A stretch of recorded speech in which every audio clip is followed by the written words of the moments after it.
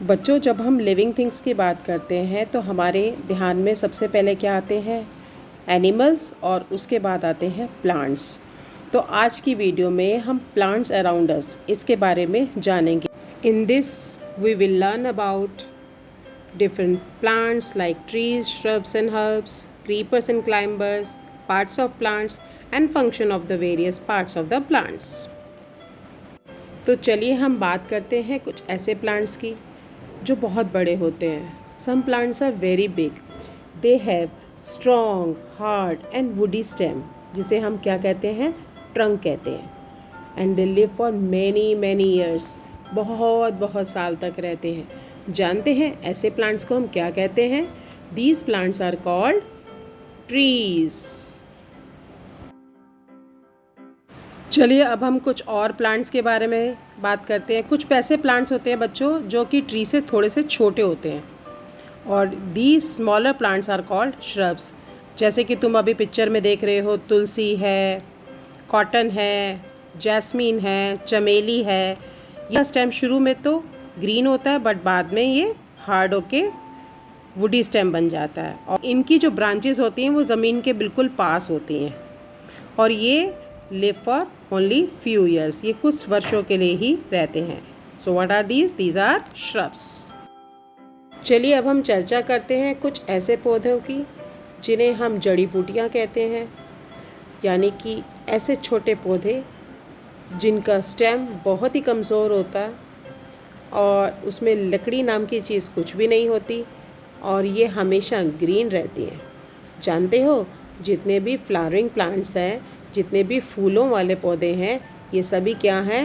Herbs है, और ये सिर्फ एक सीज़न के लिए ही रहती हैं। ये देखते हैं कुछ श्रब्स को।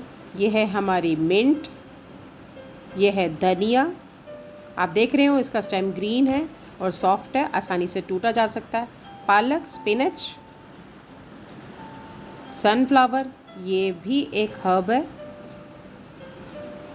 डेज़ी, मैंने बताया था जितने भी फ्लावरिंग प्लांट्स हैं वो मोस्टली हर्ब्स में आते हैं। बच्चों, कुछ ऐसे पौधे भी होते हैं जिनका स्टेम बहुत ही वीक होता है और they grow on the ground, और ऐसे पौधों को हम कहते हैं क्रीपर्स। चलिए इनके कुछ एग्जाम्पल देखते हैं। ये देखिए वाटरमेलन प्लांट, ये क्रीपर है। ये देखिए मस्कमेलन यानी कि खरबूजा, ये भी क्रीपर की कैटेगरी में आता है। पम्पकिन, जो कि सबसे लार्जेस्ट वेजिटेबल होती है, ये भी एक क्रीपर आता है। आपने ध्यान से देखा होगा तो आपने पाया होगा ये सभी जितने भी पौधे हैं उन सब में फ्रूट जो होता है वो बहुत भारी होता है, इसलिए ये ज़मीन पर ही फैलते हैं।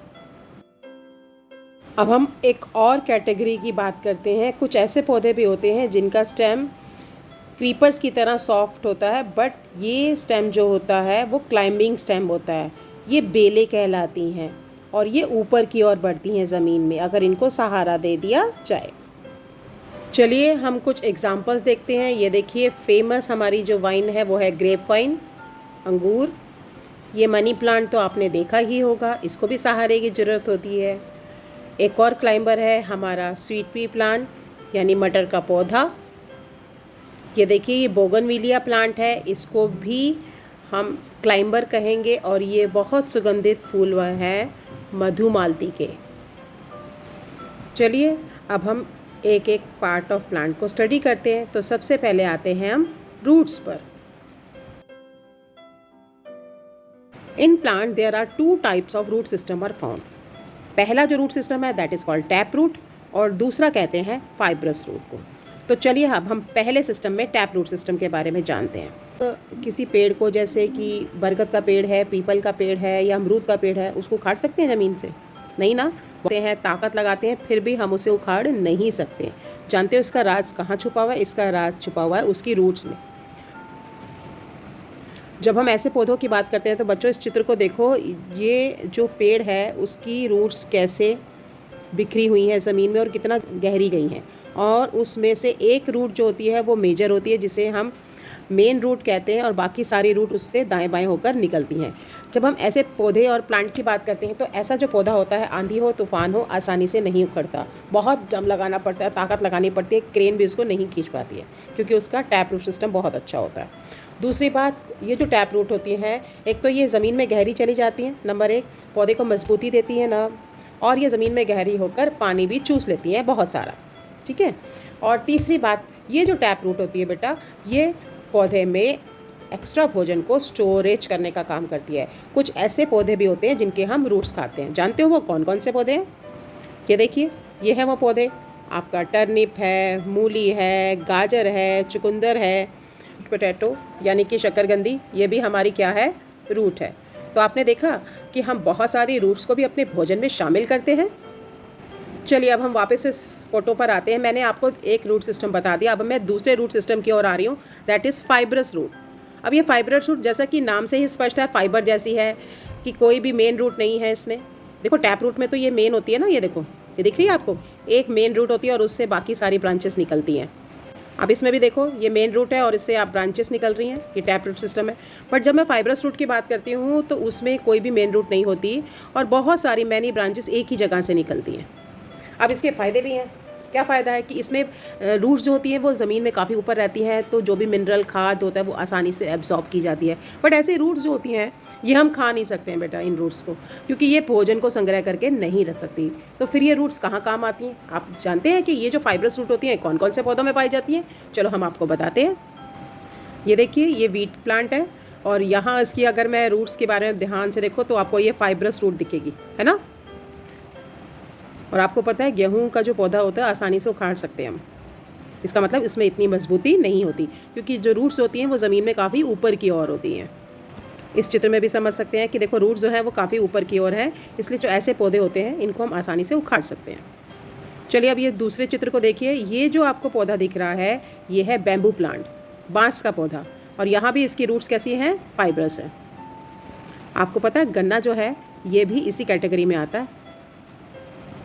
ये देखिए, ये मैंने चावल का पौधा दिखाया है। ये जो चावल का पौधा है इसकी भी रूट्स को अगर आप ध्यान से देखेंगे तो ये भी कौन सी रूट्स हैं बेटा? फाइब्रस रूट है। तो आपको समझ में आ गया होगा what is the difference between tap root and a fibrous root. करते हैं कि रूट सिस्टम का फंक्शन क्या है, क्या काम करती है। सबसे पहला फंक्शन जो है, इट इज़ अंडरग्राउंड, ये नीचे ज़मीन में नीचे की ओर होती है, हमें दिखाई नहीं देती है। और दूसरा बात क्या है, इट इज़ जनरली कलरलेस। अगर आपने कोई भी पौधे को ज़मीन से उखाड़ा होगा तो आपने देखा होगा वो या हल्की पीली या सफ़ेद रंग की होती है या हल्के ब्राउन कलर की होती है। तो रूट्स के दो कलर होते हैं, या तो कलरलेस होती है या लाइट ब्राउन इन कलर होती है। और तीसरी बात मैंने बताया था, अभी डिस्कस भी किया था, उसमें ब्रांचेस होती हैं। हो सकता है एक मेन रूट हो जैसे कि टैप रूट सिस्टम में होता है, या बहुत सारी रूट्स हो जैसे कि हमारा फाइब्रस रूट में होता है। अगला काम क्या है, रूट्स क्या काम करती है? It help to fix the plant to the ground. ये पौधे को ज़मीन में जकड़ के रखती हैं। इसी वजह से कहा जाता है कि पौधों को ना काटा जाए, पेड़ों को ना काटा जाए। क्यों? क्योंकि ये मिट्टी को पकड़ के रखते हैं। Next, it also store food for some plants. आपने देखा होगा कुछ ऐसे पौधे हैं जिनमें रूट्स होती हैं वो भोजन को संग्रह करने का काम करती है, स्टोरेज ऑर्गन की तरह काम करती हैं, जैसे हमने कैरेट में देखा, रेडिश में देखा, टर्निप में देखा, ठीक है। और सबसे मेजर काम क्या होता है, ये हमारा स्ट्रॉ होती है। हम स्ट्रॉ से पीते हैं ना, जूस पीते हैं, फ्रूटी पीते हैं, ऐसे ही पौधों के पास स्ट्रॉ रूपी क्या होता है? रूट्स होती हैं। It help in absorption of water and mineral. ये ज़मीन में जितना भी पानी आप डालते हैं ये उसको चूस लेती हैं, और पानी के साथ पानी में घुले हुए लवणों को भी चूस लेती है। जैसे पानी में नमक घुला है, कैल्शियम घुला है या मैग्नीशियम घुला है तो उसको भी पानी के साथ चूस लेती हैं। तो ये है सारे मेजर फंक्शन, ये आप कॉपी में ज़रूर उतारें। अब बात करते हैं हम शूट सिस्टम की। शूट सिस्टम के बारे में चर्चा करेंगे बेटा। सबसे पहली बात ये होती है कि it is above the ground. तो जितना भी आपको शूट सिस्टम दिखता है ये ज़मीन से ऊपर की ओर होता है। इट कंसिस्ट ऑफ स्टेम, इसमें स्टेम आता है, लीव्स आती हैं, फ्रूट्स आते हैं, फ्लावर्स आते हैं और ब्रांचेस आती हैं। अगर मैं स्टेम के कलर की बात करूं तो जब नया नया जो है वो उगता है तब स्टेम का कलर क्या होता है? ग्रीन होता है इन न्यू प्लांट्स। अगर आप इसे ध्यान से देखेंगे तो यहाँ पर ग्रीन कलर है, बट नीचे जाके क्या हो गया? वुडी स्टेम हो गया, वुड आने लग गई है।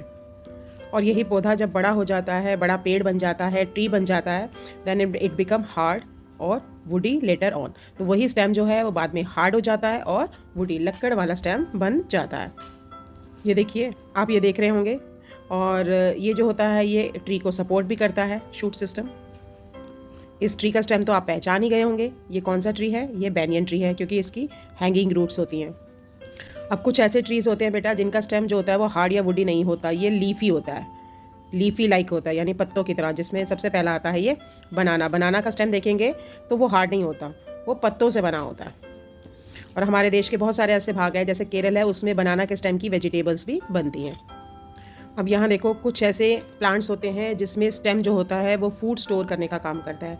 ये देखिए यहाँ जिंजर है, यहाँ आपका पोटैटो है, आपने यहाँ देखा होगा उसमें से आई निकल रही है, अगर इसको बो दो तो आलू का पौधा बन जाता है। और ये आपका अनियन है, अनियन को भी अगर आप ज़मीन में बो दो, इस साइड्स को नीचे रखोगे तो ऊपर से आपको स्प्राउट्स निकलती दिखाई देंगी। तो हमारे कुछ ऐसे प्लांट्स होते हैं जिसमें स्टेम जो होता है, अंडरग्राउंड स्टेम जो होता है, that also use to store the food. अब देखो अगर मैं श्रब्स की बात करूँ तो श्रब्स का जो स्टेम होता है वो होता है वुडी, जैसे इस रोज प्लांट का है। और अगर मैं हर्ब्स की बात करूँ, जैसे ये मिंट प्लांट है, तो इसका स्टेम भी कैसा होता है, ग्रीन स्टेम होता है। और अगर मैं राइस प्लांट की बात करूँ तो इसका स्टेम भी कैसा होता है, ग्रीन। तो आपने देखा यहाँ पर वेराइटी ऑफ स्टेम होते हैं, जितने भी नए पौधे होते हैं। अगर मैं ट्रीज़ की बात करूँ तो शुरू में स्टेम ग्रीन होता है, बाद में वो हार्ड और वुडी बन जाता है। और श्रब्स में, हर्ब्स में, क्रीपर्स में, क्लाइंबर्स में स्टेम जो होता है मोस्टली सॉफ्ट होता है, ग्रीन कलर का होता है, वीक स्टेम होता है। और मैं स्टेम के फंक्शन की बात करूँ तो ये सपोर्ट तो देता ही है, साथ में ये क्या करता है, it conduct water and minerals absorb by the roots. देखो रूट्स का हम फंक्शन पढ़ चुके हैं कि रूट जो होते हैं ज़मीन में से पानी को चूसती हैं। अब पानी को चूस के वो स्टेम को देती हैं, और स्टेम जो होता है पानी को ले जाकर पौधे के हर भाग तक पहुँचाता है, चाहे वो फ्रूट तक पहुँचाए, चाहे वो फ्लावर तक पहुँचाए या लीफ तक पहुँचाए। तो what is the function of stem? It conducts water and mineral absorb by the roots to the all parts of the plant. यहाँ इस चित्र में आप अच्छी तरह से देख सकते हैं, ये पानी के जो पार्टिकल्स हैं, ये देखो कैसे स्टेम के द्वारा पौधे के हर भाग तक पहुंच रहे हैं।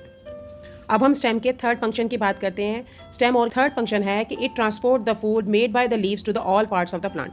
अब इसने पौधे के हर भाग को पानी से पहुंचा दिया, बट लीफ ने खाना बनाया, और लीफ ने जो खाना बनाया वो फूल को भी चाहिए, वो जड़ को भी चाहिए, वो तने को भी चाहिए, फ्लावर को भी चाहिए। तो वो कौन ट्रांसपोर्ट करता है? वो भी स्टेम करता है। सो ये क्या करता है, लीफ में बना हुआ खाना को पौधे के हर भाग तक पहुंचाता है। It transport the food made by the leaves to the all parts of the plant. अब हम नेक्स्ट पार्ट पर आते हैं, और वो है लीफ, यानी कि पत्ती। अब आप अगर चारों तरफ नज़र मारें तो क्या सभी पेड़ों की पत्तियाँ एक जैसी होती है? नहीं, हर पेड़ की पत्ती अलग आकार की होती है, अलग शेप की होती है। कोई नुकीली होती है तो कोई गोल, कोई छोटी पतली सुई जैसी होती है तो कोई बिल्कुल मोटी। और यहाँ आपको अलग अलग पेड़ों की पत्तियाँ दिखाई दे रही होंगी।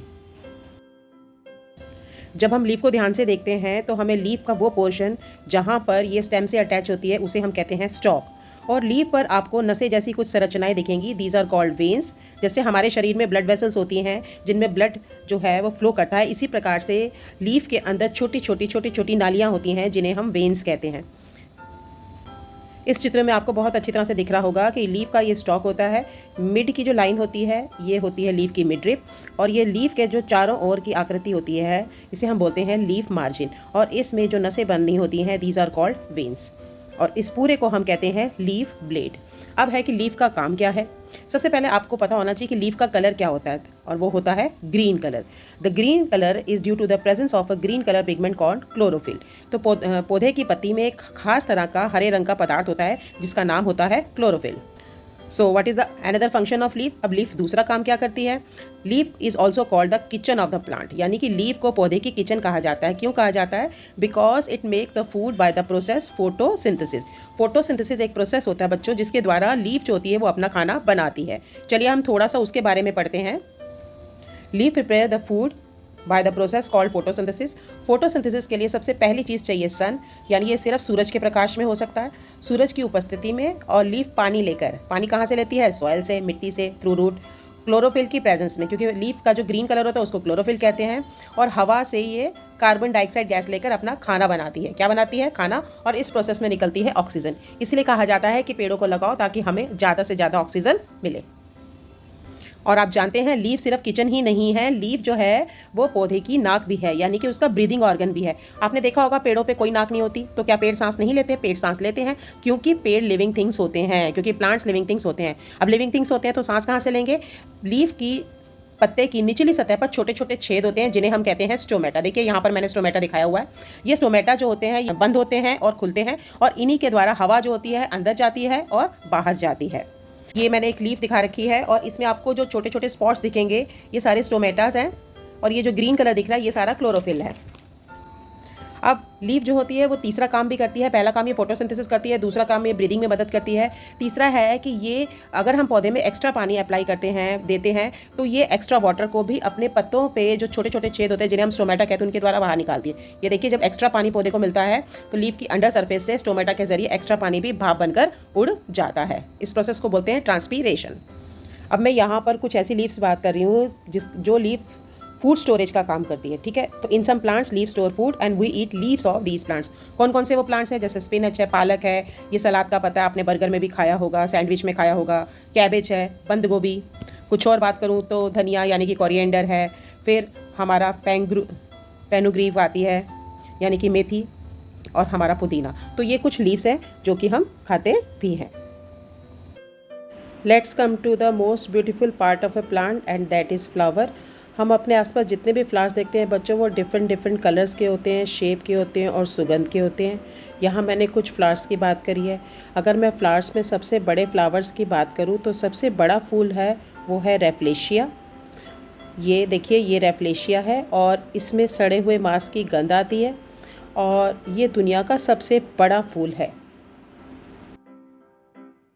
Late discuss parts of a flower. 4 major parts in a flower. Number 1 is sepal. Sepal green colour का होता है और बर्ड में आपको ये बिल्कुल क्लियर दिख जाएगा, it cover the whole flower, ठीक है। उसके बाद रंग बिरंगा यानी कि पंखुड़ी जिसे हम पेटल कहते हैं, उसकी वजह से इंसेक्ट जो होते हैं वो फ्लावर की तरफ आकर्षित होते हैं। तीसरा जो मेल पार्ट होता है that is called stamen and the female part जो होता है that is called carpel. Next part of plant, fruit and seed. Some fruits have single seed like mango, avocado यानी कि जैतून, प्लम, आड़ू, लीची। लोकाठी एक ऐसा फ्रूट है जिसके 2 सीड होते हैं। Some fruits have many seeds like papaya, dragon fruit, kiwi, pomegranate, strawberry. पौधे का वो भाग जो फ्रूट बनाता है वो होता है फ्लावर। फ्लावर ही फ्रूट में बदलता है। सीड आपको पता है पौधे का वो भाग है जो कि एक नया पौधा बनाता है। Seed grow into a new plant. बीजों से नए पौधे उगते हैं और जब ये सीड जो ग्रो करता है तो इसके अंदर जो बेबी प्लांट होता है, ये देखो ये होता है बेबी प्लांट जो नन्हा पौधा पैदा होता है। Get its food from seed until unless ये ज़मीन से बाहर नहीं आता, और क्योंकि हरा रंग होता है और ये पौधा फोटोसिंथेसिस करके अपना भोजन बनाता है, तब तक उसको भोजन कौन देता है? सीड देता है, ठीक है। और एक और बात है, जब सीड जर्मिनेट करता है, सीड से नया पौधे निकलने की प्रक्रिया को बोलते हैं हम जर्मिनेशन। व्हेन सीड जर्मिनेट तो फर्स्ट पार्ट क्या निकलता है? रूट या शूट? बताओ सबसे पहले क्या निकलती है उसकी? रूट, और उसके बाद निकलती है शूट। अब हम यहाँ पर चर्चा करेंगे कि जर्मिनेशन के लिए बीज को उगने के लिए क्या चाहिए। बीज को उगने के लिए चाहिए हवा, बीज को उगने के लिए चाहिए वाटर और गर्मी। अगर आप बीज को फ्रिज में रख देंगे तब भी बीज नहीं उगेगा। अगर आप बीज को सूखा रखेंगे, आपने देखा होगा दालें आप डब्बों में रखते हो वो कभी भी जर्मिनेट नहीं करती, क्यों? क्योंकि उसमें पानी नहीं जाता। जैसे पानी मिलता है दाल उग जाती है, सीड जर्मिनेट कर जाता है। और उसको क्या चाहिए? हवा। बंद एयर टाइट डब्बों में इसीलिए चीज़ें रखी जाती हैं ताकि वो हवा के संपर्क में ना आए। चर्चा करेंगे ईडेबल सीड्स। ऐसे कौन से सीड्स हैं जो हम खाते हैं? बच्चों जितनी भी पल्सेस हैं, दालें हैं, राजमा है, चना है, मूंग है, मसर है, अरहर है, छोले हैं, ये सभी क्या हैं? सीड्स हैं, बीज हैं। क्या आप जानते हैं कि जितने भी आप सीरियल्स यानी कि अनाज खाते हैं ये भी सभी सीड्स होते हैं? जैसे यहाँ आपको राइस दिख रहा होगा, ये वीट है, ये जौ है, ये कॉर्न यानी कि मक्का है, ये ज्वार है। अब मैं स्पाइसेस की बात करूँ तो बेटा ऐसे बहुत सारे स्पाइसेस हैं जो कि सीड्स हैं जिनका यूज़ हम करते हैं। जैसे कि ये है ब्लैक पेपर, ये है ब्लैक मस्टर्ड, कोरिएंडर यानी कि धनिया, सौंफ, जीरा, ठीक है। तो इस प्रकार से आपने देखा हम पौधे के बहुत सारे भागों का प्रयोग करते हैं। कई पौधों के हम स्टेम खाते हैं, रूट्स खाते हैं, लीफ खाते हैं, फ्रूट्स खाते हैं और सीड्स खाते हैं। With that this chapter is about to finish. I will meet you in the next video.